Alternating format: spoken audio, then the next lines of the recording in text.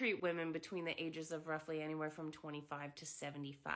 And I want to predominantly zero in on those women in the perimenopausal or menopausal range. So let's throw a dart at mid 40s to even just all the way up to 60 at this point. But this might affect you too. If you are younger, it could affect any of us. I give intake forms every time a client onboards with me, and there are very specific questions in them. And one of the questions will ask them, which of these specific list of symptoms do they experience on a daily basis? One of those symptoms is lack of libido. Missing sex drive. And do you know how many people check that off? It's almost everybody, okay?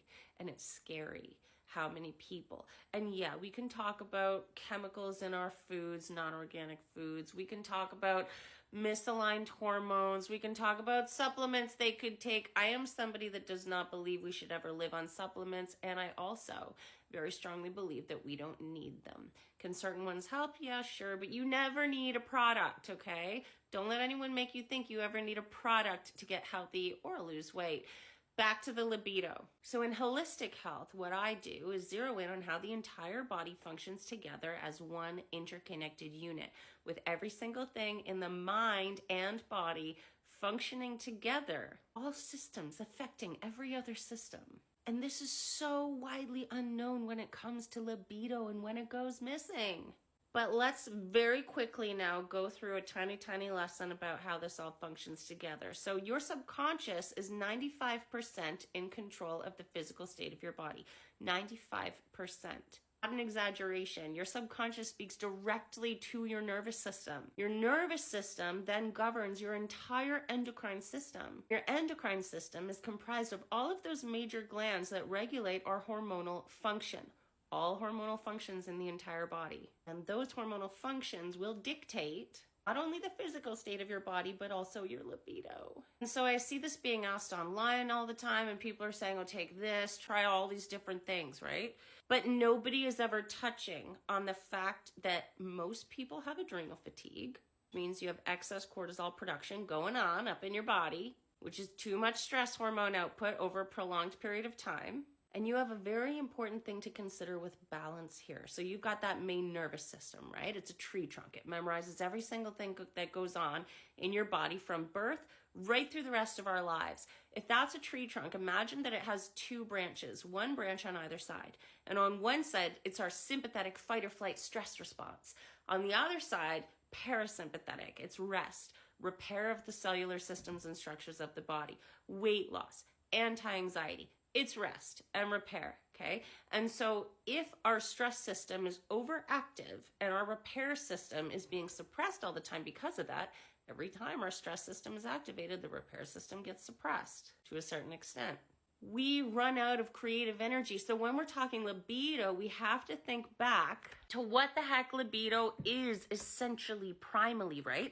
It takes the human genome roughly 100,000 years to change 0.1%. So by saying that, all I mean is that your body is quite confident that it is caveman times right now, and it is operating as such.